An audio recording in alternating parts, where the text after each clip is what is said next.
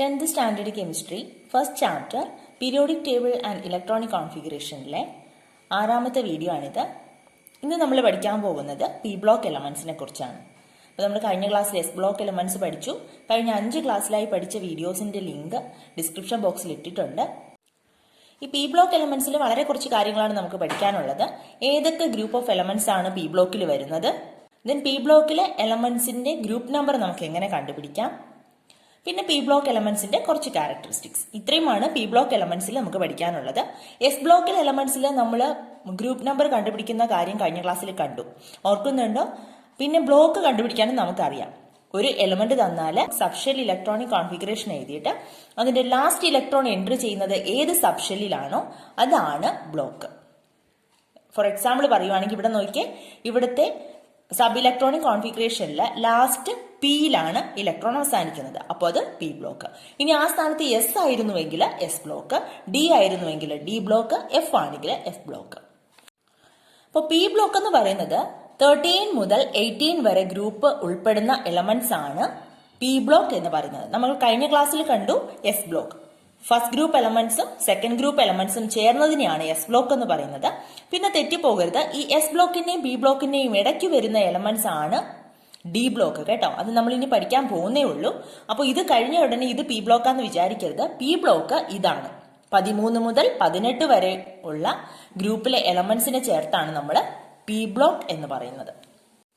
ഇതിൽ ഏതൊക്കെ ഗ്രൂപ്പുകളാണ് ഉൾപ്പെടുന്നത് നോക്കിയേ. 13ാമത്തത് boron family, 14 carbon family, 15 nitrogen family, 16 oxygen family, then 17 halogens, then 18ാമത്തെ ഗ്രൂപ്പ് എന്തുവായിരുന്നു? Noble gases. നോക്കിയേ, which are the groups included in the P block. P ബ്ലോക്കിൽ ഏതൊക്കെ ഗ്രൂപ്പ്സ് ആണ് ഉൾപ്പെടുന്നത് നമ്മളിപ്പോ കണ്ടതാണ്. 13th മുതൽ 18th വരെ, 13, 14, 15, 16, 17, 18 അത്രയും ഗ്രൂപ്പുകൾ പി ബ്ലോക്കിൽ ഉൾപ്പെടുന്നതാണ്. ഇനി നോക്കിയേ ഗ്രൂപ്പ് നമ്പർ. ഈ 18 ഗ്രൂപ്പിലെയും ഫസ്റ്റ് എലമെന്റ്സ് കൊടുത്തിട്ടുണ്ട്, അതിന്റെ സബ്ഷെൽ ഇലക്ട്രോണിക് കോൺഫിഗറേഷനും കൊടുത്തിട്ടുണ്ട്. അപ്പൊ ഇതിൽ നിന്ന് നമുക്കൊരു കാര്യം മനസ്സിലാക്കാമല്ലോ. സബ് ഇലക്ട്രോണിക് കോൺഫിഗറേഷനിലെ ലാസ്റ്റ് ഇലക്ട്രോൺ അവസാനിക്കുന്നത് ഏത് സബ്ഷെല്ലിലാണ്? പിയില്. കണ്ടോ, ബോറോണിന്റെത് പിയില് 5 ആണ് അറ്റോമിക് നമ്പർ. ഇത് ലാസ്റ്റ് ഷെൽ ഇലക്ട്രോണിക് കോൺഫിഗറേഷൻ ആണ് കൊടുത്തിരിക്കുന്നത്. നോക്കിയാൽ 2s2 2p1 ആണ്. ഇതിനു മുന്നേ ഉണ്ട് 1s2 ഉണ്ട്, ഇതിനു മുന്നേ. അത് കഴിഞ്ഞിട്ടാണ് 2s2. നമുക്കറിയാം, ലാസ്റ്റ് ഉള്ളതാണ് കൊടുത്തിരിക്കുന്നത് കേട്ടോ.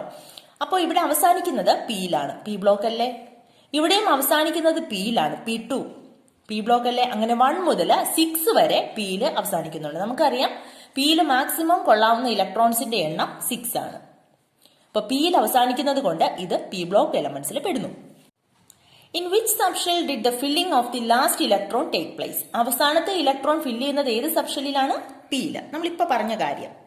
ഇനി അടുത്ത് നമ്മൾ പി ബ്ലോക്ക് എലമെന്റ്സിന്റെ ഗ്രൂപ്പ് നമ്പർ കണ്ടുപിടിക്കാൻ പോവാണ്. ഇത്രയും ഗ്രൂപ്പുകളില്ലേ, അപ്പോൾ ഒരു എലമെന്റ് തന്നാൽ അത് ഏത് ഗ്രൂപ്പിലാണെന്ന് കണ്ടുപിടിക്കാൻ വേണ്ടിയിട്ട് പോവാണ്. നമ്മൾ എസ് ബ്ലോക്ക് എലമെന്റ്സിന്റെ ഗ്രൂപ്പ് നമ്പർ കണ്ടുപിടിച്ചപ്പോൾ എന്താ പറഞ്ഞത്? എസ് സബ്ഷെല്ലില് ലാസ്റ്റിലെ എസ് സബ്ഷെല്ലില് എത്ര ഇലക്ട്രോൺസ് ഉണ്ടോ, എസിൽ നമുക്ക് 1 അല്ലെങ്കിൽ 2 അതായിരിക്കും ഇലക്ട്രോൺ ഫില്ല് ചെയ്യുന്നത്. അപ്പോൾ 1 ആണെങ്കിൽ അത് ഫസ്റ്റ് ഗ്രൂപ്പ്, 2 ആണെങ്കിൽ സെക്കൻഡ് ഗ്രൂപ്പ്. പക്ഷെ പിയിൽ അതുപോലെ അല്ലല്ലോ. 13 മുതൽ 18 വരെ ഗ്രൂപ്പില്ലേ. അപ്പോൾ ഒരു കാര്യം ഓർക്കുക, അതിനു മുന്നേ ഇവിടെ 12ാമത്തെ ഗ്രൂപ്പ് കഴിഞ്ഞിട്ടാണ് 13ാമത്തെ ഗ്രൂപ്പ് തുടങ്ങുന്നത് അല്ലേ? അപ്പൊ പി ബ്ലോക്ക് എലമെന്റ്സിന്റെ ഗ്രൂപ്പ് നമ്പർ കണ്ടുപിടിക്കാൻ എന്ത് ചെയ്യണമെന്ന് അറിയോ? പി ബ്ലോക്ക് എലമെന്റ്സ് എന്ന് പറഞ്ഞാൽ ലാസ്റ്റ് ഇലക്ട്രോൺ പി സബ്ഷെല്ലിലാണ് എൻട്രി ചെയ്യുന്നതെങ്കിൽ അത് പി ബ്ലോക്കിലുള്ള എലമെന്റ് ആണ്. അതിന് ഗ്രൂപ്പ് നമ്പർ കണ്ടുപിടിക്കാൻ ആ പി സബ്ഷെല്ലില് ഉൾക്കൊള്ളുന്ന ഇലക്ട്രോൺസ് ഇല്ലേ ലാസ്റ്റില്, ആ ഇലക്ട്രോൺസ് പ്ലസ് 12. കാരണം 12 ഗ്രൂപ്പ് വരെ കഴിഞ്ഞിട്ടാണ് അടുത്ത 13, 14 തുടങ്ങുന്നത്. അപ്പോൾ അത് ഓർക്കുക, 12 അതിന്റെ കൂടെ ആഡ് ചെയ്താൽ മതി, നമുക്ക് ഗ്രൂപ്പ് നമ്പർ കിട്ടും. ഫോർ എക്സാമ്പിൾ നോക്കാം, ബോറോണിന്റെ അറ്റോമിക് നമ്പർ 5. അതിന്റെ സബ് ഇലക്ട്രോണിക് കോൺഫിഗറേഷൻ എങ്ങനെ എഴുതാം? 1s2 2s2 2p1. ഇത് പിയിലാണ് അവസാനിക്കുന്നത് അല്ലെ? അതുകൊണ്ട് ഇത് നമുക്ക് പറയാം പി ബ്ലോക്കാണ്. P block. ഇനി ഇതിന്റെ ഗ്രൂപ്പ് നമ്പർ എങ്ങനെ കണ്ടുപിടിക്കാം? പി ബ്ലോക്ക് ആണെങ്കിൽ ഗ്രൂപ്പ് നമ്പർ കണ്ടുപിടിക്കാൻ ലാസ്റ്റ് പിയില് എത്ര ഇലക്ട്രോൺസ് ഉണ്ട്? 1. അപ്പൊ number of P electrons 1 plus 12 equal to 13. അപ്പോ ഈ ബോറോൺ എന്ന് പറയുന്നത് 13th ഗ്രൂപ്പില് ഉള്ളതാണ്. ശരിയാണോ നോക്കാം. നോക്കിയേ, ബോറോൺ കണ്ടോ, 13th ഗ്രൂപ്പിൽ വരുന്നതല്ലേ ബോറോൺ. മറ്റൊരു എക്സാമ്പിൾ നോക്കാൻ പോവാണേ. നിയോണിന്റെ അറ്റോമിക് നമ്പർ 10 ആണ്. അതിന്റെ സബ് ഇലക്ട്രോണിക് കോൺഫിഗറേഷൻ നമുക്ക് എങ്ങനെ എഴുതാം? 1s2, 2s2, 2p, 6. 6 plus 4, 10. Okay, 6. ഇനി നമുക്ക് ഇത് പി ബ്ലോക്കിലാണെന്ന് നമുക്ക് അറിയാമല്ലോ. പിയിൽ അവസാനിക്കുന്നത് കൊണ്ട് P blockers, last electrons enter ചെയ്യുന്നത് പിയിലായതുകൊണ്ട് ഇത് പി ബ്ലോക്ക് ആണ്. ഇനി ഇതിന്റെ ഗ്രൂപ്പ് നമ്പർ നമുക്ക് എങ്ങനെ കണ്ടുപിടിക്കാം? ഈ ലാസ്റ്റ് പിയിൽ വരുന്ന ഈ ഇലക്ട്രോൺസ് 6 പ്ലസ് അതിന്റെ കൂടെ എന്ത് ആഡ് ചെയ്താൽ മതി? 12 ഈക്വൽ ടു 18. 18th ഗ്രൂപ്പിൽ ഉൾപ്പെടുന്ന എലമെന്റ് ആണ് നിയോൺ. ശരിയാണോ നോക്കാം. കണ്ടോ, ഇതാണ് 18th ഗ്രൂപ്പ്. 18th ഗ്രൂപ്പിൽ കണ്ടോ നിയോൺ. അപ്പൊ ഇങ്ങനെയാണ് പി ബ്ലോക്ക് എലമെന്റ്സിന്റെ ഗ്രൂപ്പ് നമ്പർ കണ്ടുപിടിക്കുന്നത്. ക്ലിയർ ആയില്ലേ? കണ്ടോ, നിങ്ങളുടെ ടെക്സ്റ്റ് ബുക്കിൽ ഒരു ടാബുലർ കോളം കൊടുത്തിട്ടുണ്ട്. ഇതും കൂടെ ഫില്ല് ചെയ്ത് പോകാൻ നമുക്ക്. ബോറോൺ നമ്മളിപ്പോൾ ചെയ്തതാണ്. ലാസ്റ്റ് ഇലക്ട്രോൺ എത്രയാണ്? 1. അപ്പോൾ ഗ്രൂപ്പ് നമ്പർ 1 + 12 13. നൈട്രജന്റെ അറ്റോമിക് നമ്പർ 7 ആണ്. നമ്പർ ഓഫ് പി ഇലക്ട്രോൺസ്, പിയിൽ ഉൾക്കൊള്ളുന്ന എത്രയായിരിക്കും? 1s2, 2s2, 2p, 3. അപ്പോൾ പിയിലെ ലാസ്റ്റ് ഇലക്ട്രോൺ എത്രയാ? 3. Then 3 + 12 equal to 15. 15th ഗ്രൂപ്പിലാണ് നൈട്രജൻ വരുന്നത്. ശരിയാണോ നോക്കണേ. ദെൻ നിയോൺ നമ്മളിപ്പോൾ പറഞ്ഞതാണ്. നിയോണിന്റെ ഇലക്ട്രോണിക് കോൺഫിഗറേഷൻ എങ്ങനെ എഴുതാം? 1s2, 2s2, 2p, 6. അവസാനം വരുന്ന ഇലക്ട്രോൺസ് 6 ആണ്. 6 + 12 ഈക്വൽ ടു 18. നെക്സ്റ്റ് ഒരു ക്വസ്റ്റ്യൻ ആണ്. The outermost shell wise electronic configuration of an element Y. അതൊരു സിമ്പിള്, റിയൽ ആയിട്ടുള്ള സിമ്പിൾ അല്ല, വൈ എന്ന് തന്നിട്ടുണ്ട്. Is 3s2, 3p4. അതിന്റെ അവസാനത്തെ സബ് ഇലക്ട്രോണിക് കോൺഫിഗറേഷൻ ലാസ്റ്റ് ഷെല്ലിൽ അത് 3s2, 3p4 ആണ്. ഇതിന്റെ ക്വസ്റ്റ്യൻ അടുത്ത പേജിലുണ്ട്, നോക്കാം നമുക്ക്. ഞാൻ ആ ക്വസ്റ്റ്യൻ ഇവിടോട്ട് എടുത്ത് എഴുതി കേട്ടോ, എഴുതാൻ എളുപ്പത്തിനാണ്. To which period and group does it this element belong to. ഈ എലമെന്റ് ഏത് ഗ്രൂപ്പിലാണ് ഉൾപ്പെടുന്നത്, ഏത് പീരീഡിലാണ് ഉള്ളത്? പീരീഡ് കണ്ടുപിടിക്കുന്നത് നമ്മൾ കഴിഞ്ഞ ക്ലാസ്സിൽ കണ്ടല്ലോ. എങ്ങനെയായിരുന്നു? എത്ര ഷെൽസ് ഉണ്ടെന്ന് നോക്കും അല്ലേ. അപ്പോൾ ഇവിടെ ലാസ്റ്റ് വരുന്ന ഈ ഹോൾ ഡിജിറ്റ് നമ്പർ നോക്കിയാൽ മതിയല്ലോ. എത്രയാ ഇവിടെ? 3. അപ്പോൾ അത് തേർഡ് പീരീഡിലാണ്. അതായത് 1s വരും, ദെൻ 2 വരും, അത് കഴിഞ്ഞാണ് 3 വരുന്നത്. അപ്പോൾ 3 ഷെൽസ് ഉണ്ട് ഇവിടെ. അപ്പോൾ ഇതിന്റെ പീരീഡ് എന്ന് പറയുന്നത് 3 ആണ്. ഇനി ഏത് ഗ്രൂപ്പിലാണെന്ന് എങ്ങനെ കണ്ടുപിടിക്കാം? പിയിലല്ലേ അവസാനിച്ചിരിക്കുന്നത്. ലാസ്റ്റ് ഇലക്ട്രോൺ എൻ്റർ ചെയ്തിരിക്കുന്ന പിയിലല്ലേ. അപ്പോൾ ഇത് പി ബ്ലോക്ക് എലമെന്റ് ആണ്. പി ബ്ലോക്കിലാണെങ്കിൽ നമ്മൾ എങ്ങനെയാ കണ്ടുപിടിക്കുന്നത്? പി ബ്ലോക്കിൽ എത്ര ഇലക്ട്രോൺസ് ഉണ്ടോ പ്ലസ് 12 ഈക്വൽ ടു 16. അപ്പോൾ ഇത് 16th ഗ്രൂപ്പിലെ എലമെന്റ് ആണ്. അപ്പോൾ നോക്കിയേ, തേർഡ് പീരീഡില് 16th ഗ്രൂപ്പിൽ വരുന്ന എലമെന്റ് ഏതാന്ന് നോക്കാം. Third period, first period, second period, third period. Third പീരീഡില് 16th group. 16th group third പീരീഡിൽ വരുന്ന ഏതാണ്? സൾഫർ. അപ്പോൾ ഈ എലമെന്റ് ഏതാന്ന് ചോദിച്ചിട്ടില്ല, ഞാനൊന്ന് പറഞ്ഞേ ഉള്ളൂ കേട്ടോ. Sulphur. Write down the outermost subshell electronic configuration of the element coming just below it in the same group. ഈ ഗ്രൂപ്പില് ഈ എലമെന്റിന്റെ താഴെ വരുന്ന എലമെന്റിന്റെ സബ്ഷെൽ ഇലക്ട്രോണിക് കോൺഫിഗറേഷൻ എഴുതാനാണ് പറഞ്ഞിരിക്കുന്നത്. നോക്കിയേ, സൾഫറിന്റെ തൊട്ട് താഴെ വരുന്ന എലമെന്റ് ഏതാന്ന് നോക്കാം. ഇത് സൾഫർ. സൾഫറിന്റെ തൊട്ട് താഴെ സെലീനിയം. നോക്കിയേ, സൾഫറിന്റെ തൊട്ട് താഴെ വരുന്നത് സെലീനിയം ആണ്. 34 ആണ് അറ്റോമിക് നമ്പർ. അപ്പോൾ അതിന്റെ സബ് ഇലക്ട്രോണിക് കോൺഫിഗറേഷൻ എങ്ങനെ എഴുതാം? നമ്മൾ ക്ലിയർ ആയിട്ട് പഠിച്ചതാണ് ഫസ്റ്റ് ക്ലാസ്സുകളിൽ. 1s2, 2s2, 2p6, 3s2, 3p6. 3p6 കഴിഞ്ഞാൽ 3dയിലല്ല എൻ്റർ ചെയ്യുന്ന ഇലക്ട്രോൺസ് 4sലാണ്. പക്ഷെ നമ്മൾ എഴുതുമ്പോൾ ടെക്സ്റ്റ് ബുക്കിൽ എഴുതിയിരിക്കുന്നതൊക്കെ 3p കഴിഞ്ഞ് 3d ആണ്. നിങ്ങൾക്ക് തെറ്റിപ്പോകാതിരിക്കാനാണ് ഇങ്ങനെ ഒരു ഓർഡറിൽ ഞാൻ എഴുതുന്നത്. അതൊന്നും പറഞ്ഞതാണ് ഞാൻ. അപ്പോൾ രണ്ട് രീതിയും ശരിയാണ്. 4s2, 3d10, ബാക്കി എത്രയുണ്ട്? 4 ഉണ്ട്. 4p4. അപ്പോൾ 4s കഴിഞ്ഞ് 3d കഴിഞ്ഞിട്ടാണ് ദെൻ 4pയിൽ എൻ്റർ ചെയ്യുന്നത്. അറിയാലോ, ഇത് ഇൻക്രീസിങ് ഓർഡർ ഓഫ് എനർജി അനുസരിച്ചിട്ടാണ് നമ്മൾ ഇത് എഴുതുന്നത്. കഴിഞ്ഞ ക്ലാസ്സുകളിൽ പറഞ്ഞിട്ടുള്ളതാണ്. അപ്പോൾ ഇതിൽ നോക്കിക്കേ, ഇതിൽ കറക്റ്റ് ഓർഡർ വരുമ്പോൾ, അതായത് 3p6, ദെൻ 3d10, അത് കഴിഞ്ഞ് 4s2, 4p4 വന്നാൽ, അതായത് ലാസ്റ്റ് ഇലക്ട്രോണിക് കോൺഫിഗറേഷൻ എന്ന് പറയുന്നത് 4s2, 4p4. ഈ സബ് ഇലക്ട്രോണിക് കോൺഫിഗറേഷനും ഇതും തമ്മിൽ എന്തെങ്കിലും ബന്ധമുണ്ടോ നോക്കിക്കേ. ഇത് 3s2, 3p4, ഇത് 4s2, 4p4. അപ്പോൾ അതിന് തൊട്ട് താഴെ വരുന്ന എലമെന്റ് എങ്ങനെയായിരിക്കും? 5s2, 5p4. അതിന് താഴെയാണെങ്കിലോ 6s2, 6p4. അങ്ങനെ ഒരു സിമിലാരിറ്റി കാണിക്കുന്നുണ്ട് ഗ്രൂപ്പ് വൈസ്. ഗ്രൂപ്പിലുള്ള എലമെന്റ്സിന്റെ താഴോട്ട് പോകുന്തോറും സബ് ഇലക്ട്രോണിക് കോൺഫിഗറേഷനിൽ അങ്ങനെ ഒരു സിമിലാരിറ്റി കാണിക്കുന്നുണ്ട്. അടുത്ത് നമുക്ക് പഠിക്കാനുള്ളത് പി ബ്ലോക്ക് എലമെന്റ്സിന്റെ കുറച്ച് ക്യാരക്ടറിസ്റ്റിക്സ് ആണ്. അപ്പൊ അതെന്തൊക്കെയാണെന്ന് പറയുന്നതിന് മുൻപ് എന്നിട്ട് ഈ പി ബ്ലോക്കിനെ മാത്രം എടുത്ത് വെച്ചേക്കുന്നതാണ് കേട്ടോ. ഇതിന്റെ ഇപ്പുറത്ത് ഡി ബ്ലോക്ക് ഉണ്ട്, ഇതിന്റെ ഇപ്പുറത്ത് എസ് ബ്ലോക്ക് ഉണ്ട്, താഴെ എഫ് ബ്ലോക്ക് ഉണ്ട്. ഈ ഡി ബ്ലോക്കും എഫ് ബ്ലോക്കും നമ്മൾ അടുത്ത ക്ലാസ്സുകളിൽ പഠിക്കും. അപ്പോൾ ഇത്രയും ഭാഗമാണ് പി ബ്ലോക്ക്, 13 മുതൽ 18 വരെയുള്ള ഗ്രൂപ്പ്. ഇതില് നോക്കി കളർ കൊടുത്തിരിക്കുന്ന കണ്ടോ, ഇതാണ് മെറ്റൽസ്. ഈ നീല കളറിൽ കൊടുത്തിരിക്കുന്നതാണ് മെറ്റൽസ്. നമുക്കറിയാം പീരിയോഡിക് ടേബിളിൽ ലെഫ്റ്റ് തുടങ്ങി മെറ്റൽസ് ആണ് ഇതുവരെ വന്ന് അവസാനിക്കും. മെറ്റാലിക് ക്യാരക്ടർ ലെഫ്റ്റ് സൈഡിൽ കൂടുതലാണ്. എന്നിട്ട് ഈ വലത്തോട്ട് വരുന്നോറും റൈറ്റിലോട്ട് വരുന്നോറും മെറ്റാലിക് ക്യാരക്ടർ കുറഞ്ഞു കുറഞ്ഞു വരും. നമ്മളത് കഴിഞ്ഞ കൊല്ലം പഠിച്ചതാണ്. മെറ്റാലിക് ക്യാരക്ടർ എന്ന് പറയുമ്പോൾ ഇലക്ട്രോൺസിനെ വിട്ടുകൊടുത്ത് പോസിറ്റീവ് അയോൺ ആയിട്ട്, പോസിറ്റീവ് ചാർജുള്ള പാർട്ടിക്കിൾ ആയിട്ട് നിൽക്കാനുള്ള ആറ്റത്തിന്റെ കഴിവാണ്. അതാണ് മെറ്റൽ എന്ന് പറയുന്നത്. അപ്പോൾ അത് ലെഫ്റ്റ് സൈഡിലാണ് കൂടുതൽ. അപ്പോൾ ഇതുവരെയാണ് മെറ്റൽ വന്ന് നിൽക്കുന്നത് കണ്ടോ, സ്റ്റെപ്പ് പോലെ വരച്ചേക്കുന്ന കണ്ടോ ഇതുവരെ. ഇതിന്റെ അടുത്ത് ഗ്രീൻ കളറിൽ കൊടുത്തിരിക്കുന്നതാണ് നോൺ മെറ്റൽസ്. കണ്ടോ, ഇത്രയും എലമെന്റ്സ് ആണ് നോൺ മെറ്റൽ. ദെൻ ഇതിന് ഇടയിൽ കൊടുത്തിരിക്കുന്ന കണ്ടോ, ഈ കളറിൽ കൊടുത്തിരിക്കുന്നത് മെറ്റലോയിഡ്സ്. മെറ്റൽസിന്റെയും നോൺ മെറ്റൽസിന്റെയും പ്രോപ്പർട്ടി കാണിക്കുന്നതാണ് ഇതിന്റെ ഇടയിൽ കിടക്കുന്ന മെറ്റലോയിഡ്സ്. ദെൻ ലാസ്റ്റ് വരുന്നത് നോബിൾ ഗ്യാസസ്. ഇത്രയും പ്രോപ്പർട്ടീസ് ഉള്ള എലമെന്റ്സ് അടങ്ങിയ ഗ്രൂപ്പാണ് ഈ 13 മുതൽ 18 വരെയുള്ള ഗ്രൂപ്പുകൾ എന്ന് പറയുന്നത്. അതാണ് പി ബ്ലോക്കിൽ ഉള്ളത്. റൂം ടെമ്പറേച്ചറിൽ തന്നെ സോളിഡ്, ലിക്വിഡ്, ഗേഷ്യസ് സ്റ്റേറ്റിലുള്ള എല്ലാ എലമെന്റ്സും ഈ ബ്ലോക്കിലും ഉൾപ്പെട്ടിട്ടുണ്ട്. അപ്പൊ ഇവിടെ നമ്മൾ പ്രോപ്പർട്ടീസ് പറയുന്നതിന് മുന്നേ ഇവിടെ തന്നിരിക്കുന്ന കുറച്ച് 2 വർക്ക് നോക്കിയേ. Find out examples of elements in such different States with the help of periodic table. Periodic table അനുസരിച്ച് ഡിഫറെന്റ് സ്റ്റേറ്റ്സിലുള്ള, അതായത് സോളിഡിലുള്ള എലമെന്റ്സ്, ലിക്വിഡ്, ഗ്യാസ്, ഈ 3 സ്റ്റേറ്റിലുള്ള എലമെന്റ്സ് എടുത്തെഴുതാനാണ് പറഞ്ഞിരിക്കുന്നത്. പീരിയോഡിക് ടേബിൾ നോക്കിയിട്ട് നമ്മൾ എഴുതണം.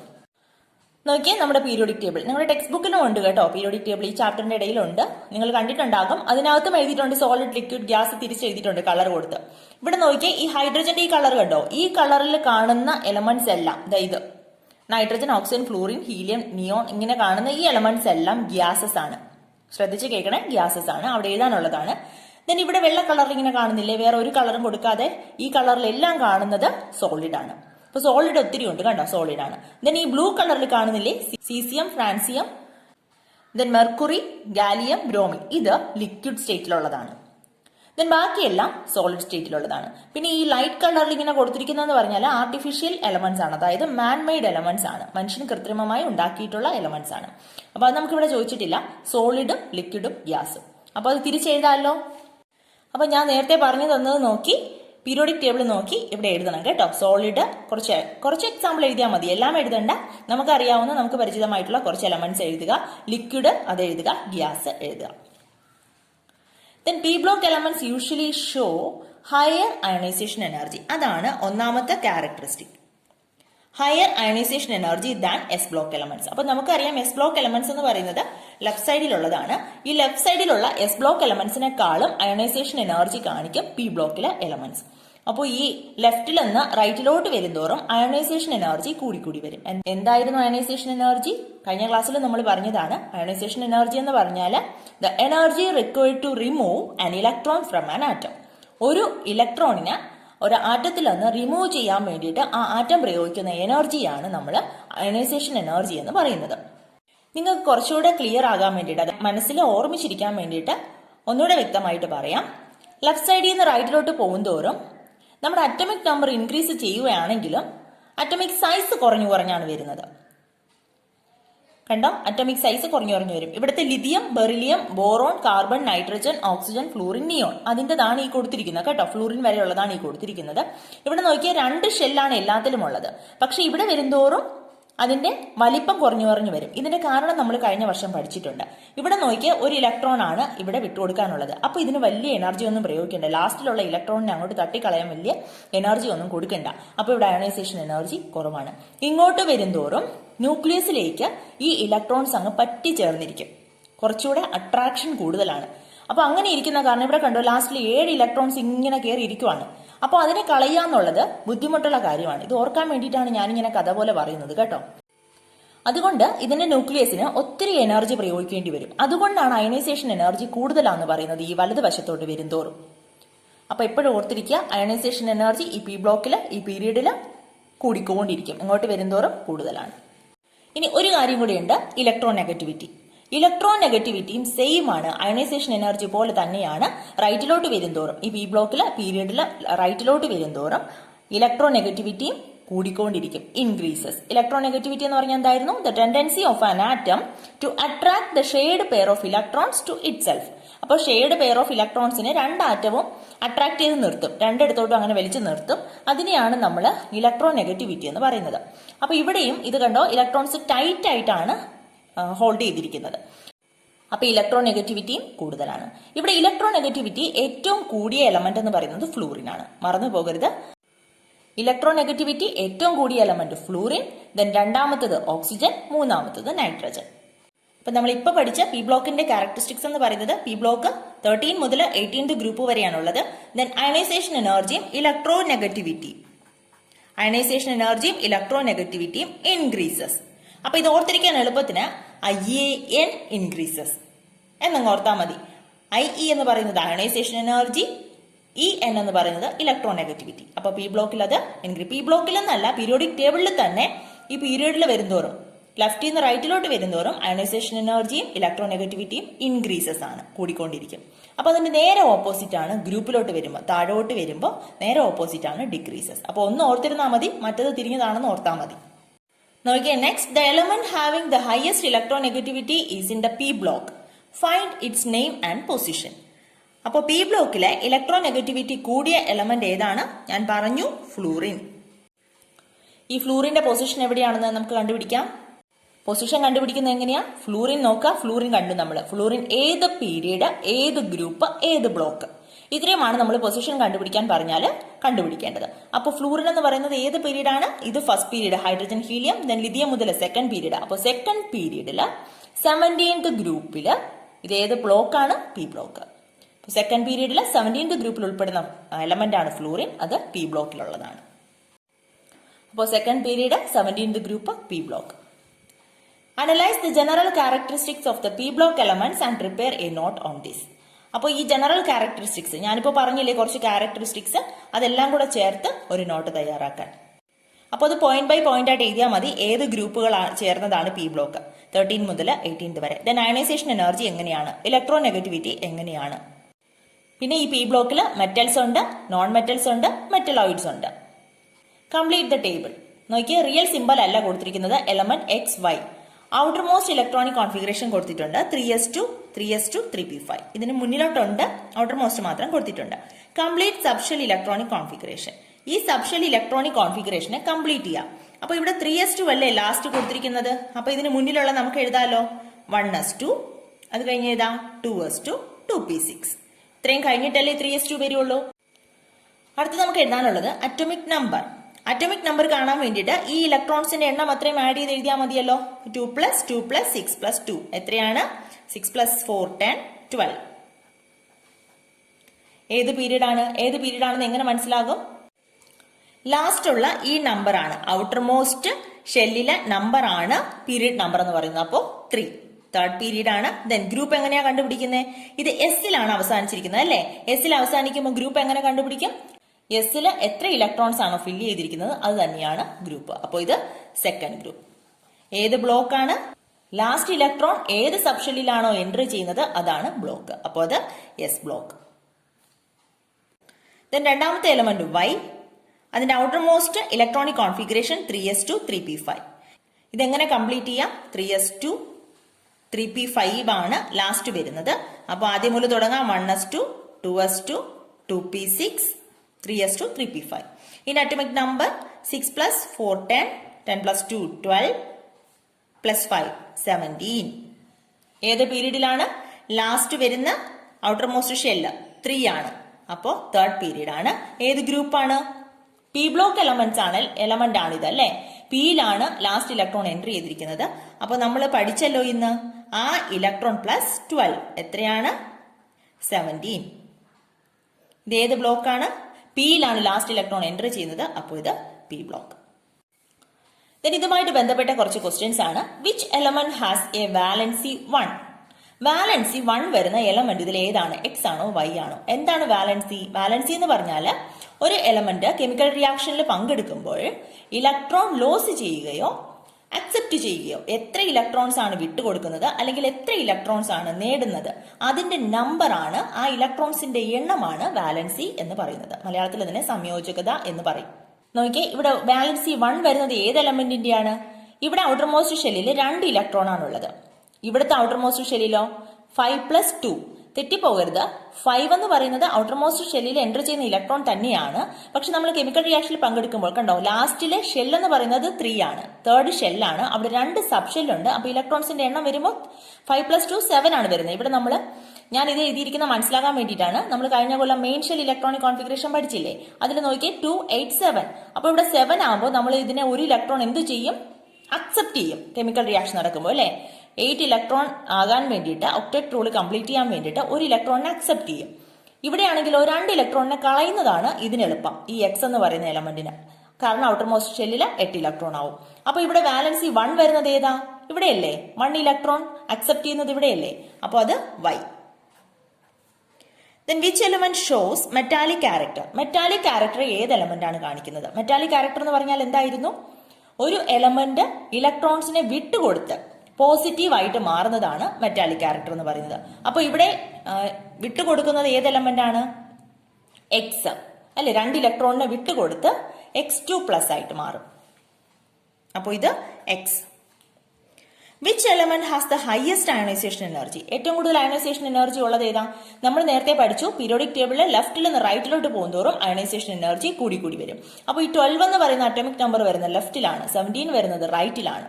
അപ്പോൾ അയണൈസേഷൻ എനർജി ഏറ്റവും കൂടുതൽ വൈക്കാണ്. Write the chemical formula of the compound formed by the combination of X and Y and label the oxidation states. അപ്പോൾ ഈ എക്സും വൈയും തമ്മിൽ റിയാക്ട് ചെയ്തുണ്ടാകുന്ന കെമിക്കൽ ഫോർമുല എഴുതാൻ പറഞ്ഞിട്ടുണ്ട്. അതിന്റെ ഓക്സിഡേഷൻ സ്റ്റേറ്റ് എഴുതാനും പറഞ്ഞിട്ടുണ്ട്. നമുക്കറിയാലോ ഓക്സിഡേഷൻ സ്റ്റേറ്റ് എങ്ങനെ എഴുതാം. എക്സിന്റെ ഓക്സിഡേഷൻ സ്റ്റേറ്റ് എന്ന് പറയുമ്പോൾ മുകളിലാണ് നമ്മൾ എഴുതുന്നത്. എക്സിൻ്റെത് 2 ഇലക്ട്രോൺ വിട്ടുകൊടുത്ത് X2+ അയോൺ ആയിട്ട് മാറും അല്ലെ. 2 ഇലക്ട്രോൺ അങ്ങ് വിട്ടുകൊടുക്കും. അപ്പോൾ ഇവിടെ X2+, ഇതിന്റെ ഓക്സിഡേഷൻ നമ്പർ 2+. ദെൻ വൈക്കാണെങ്കിലോ, വൈക്കാണെങ്കിൽ ഇവിടെ 7 ഒരു ഇലക്ട്രോൺ അക്സെപ്റ്റ് ചെയ്യും. അപ്പോൾ അത് Y1- ആയിട്ട് മാറും. ഒരു ഇലക്ട്രോൺ വിട്ടുകൊടുക്കുമ്പോഴാണ് പോസിറ്റീവ് ചാർജ്, ഇലക്ട്രോൺ സ്വീകരിക്കുമ്പോൾ നെഗറ്റീവ് ചാർജ്. അപ്പോൾ 1-. ഇനി ഇതിന്റെ കെമിക്കൽ ഫോർമുല എങ്ങനെയാണ് എഴുതുന്നത്? ഇതിന്റെ ചാർജുകളുടെ നമ്പർ പരസ്പരം ഇന്റർചേഞ്ച് ചെയ്ത് സഫിക്സ് ആയിട്ട് എഴുതിയാൽ മതിയല്ലോ. ഇതൊക്കെ കഴിഞ്ഞ വർഷം ഞാൻ പറഞ്ഞു തന്നിട്ടുള്ളതാണ്. അപ്പോൾ എക്സ് വൈയുടെ 1 എഴുതുക, വൈക്ക് എക്സിന്റെ 2 എഴുതുക. 1 എഴുതേണ്ട ആവശ്യമില്ലാത്തത് കൊണ്ട് നമ്മൾ എങ്ങനെ എഴുതും? XY2. ഇതാണ് ഇതിന്റെ കെമിക്കൽ ഫോർമുല. അപ്പൊ ഇത്രയുമാണ് പി ബ്ലോക്ക് എലമെന്റ്സിൽ പഠിക്കാനുള്ളത്. അപ്പോൾ ഇതിലത് എങ്ങനെയാണ് SSLC എക്സാമിന് നമുക്ക് ക്വസ്റ്റ്യൻ ചോദിക്കുന്നതെന്ന് അറിയണമെങ്കിൽ നമ്മൾ ക്വസ്റ്റ്യൻ പേപ്പർ കൂടെ റിവൈസ് ചെയ്യണം. അപ്പോൾ അത് ഓരോ ചാപ്റ്റർ കഴിയുമ്പോഴും ഞാൻ ക്വസ്റ്റ്യൻ പേപ്പർ കഴിഞ്ഞ വർഷങ്ങളിൽ ചോദിച്ച ക്വസ്റ്റ്യൻ പേപ്പറിൽ ഫസ്റ്റ് ചാപ്റ്ററിൽ ചോദിച്ചിരിക്കുന്ന ക്വസ്റ്റ്യൻസ് നമ്മൾ ഡിസ്കസ് ചെയ്യുന്നുണ്ട് കേട്ടോ. അതാകുമ്പോൾ ലാസ്റ്റിൽ നമുക്ക് ഉപകാരപ്പെടും. ഫസ്റ്റ് ചാപ്റ്റർ നമ്മൾ റിവിഷൻ നടത്തുമ്പോൾ അത് മാത്രം നോക്കിയാൽ മതിയല്ലോ. അപ്പോൾ അങ്ങനെ ഉപകാരപ്പെടും. അപ്പോൾ നമുക്കത് എങ്ങനെയാണ് ചോദിക്കുന്നതെന്ന് മനസ്സിലാകും. സാധാരണയായിട്ട് ആ ഒരു മോഡൽ തന്നെയാണ് എല്ലാ വർഷങ്ങളിലും ചോദിച്ചു കാണുന്നത്. സിമ്പിൾ ആയിട്ടുള്ള ക്വസ്റ്റ്യൻസ് തന്നെയാണ്, പേടിക്കേണ്ട കാര്യമൊന്നുമില്ല. പിന്നെ ഓരോ ചാപ്റ്റർ കഴിയുമ്പോഴും നമുക്ക് റിവിഷൻ ക്ലാസ് കൂടെ ഉണ്ട്. അത് മൊത്തത്തിൽ ഒന്ന് അവലോകനം ചെയ്യുന്ന ഒരു ക്ലാസ് കൂടി. അപ്പോൾ എപ്പോഴും അത് ഓർത്തെടുക്കാൻ വേണ്ടിയിട്ട് എളുപ്പമായിരിക്കും. അപ്പോൾ ഇന്നത്തെ ക്ലാസ് ക്ലിയറായി മനസ്സിലായെന്ന് വിചാരിക്കുന്നു. എന്തെങ്കിലും ഡൗട്ട്സ് ഉണ്ടെങ്കിൽ ചോദിക്കുക. ദെൻ അടുത്ത് നമുക്ക് പഠിക്കാനുള്ളത് ഡി ബ്ലോക്ക് എലമെന്റ്സ് ആണ്. അത് അടുത്ത ക്ലാസ്സിൽ പഠിക്കാം. ക്ലാസ് ഇഷ്ടമായെങ്കിൽ ഫ്രണ്ട്സിനോട് ഷെയർ ചെയ്ത് കൊടുക്കുക. സബ്സ്ക്രൈബ് ചെയ്യാത്തവർ സബ്സ്ക്രൈബ് ചെയ്യാനും മറക്കരുത് കേട്ടോ. എന്തെങ്കിലും സജഷൻ ഉണ്ടെങ്കിൽ കമന്റ് ചെയ്യുക. അപ്പോൾ അടുത്ത ക്ലാസ്സിൽ കാണാം. Thank you.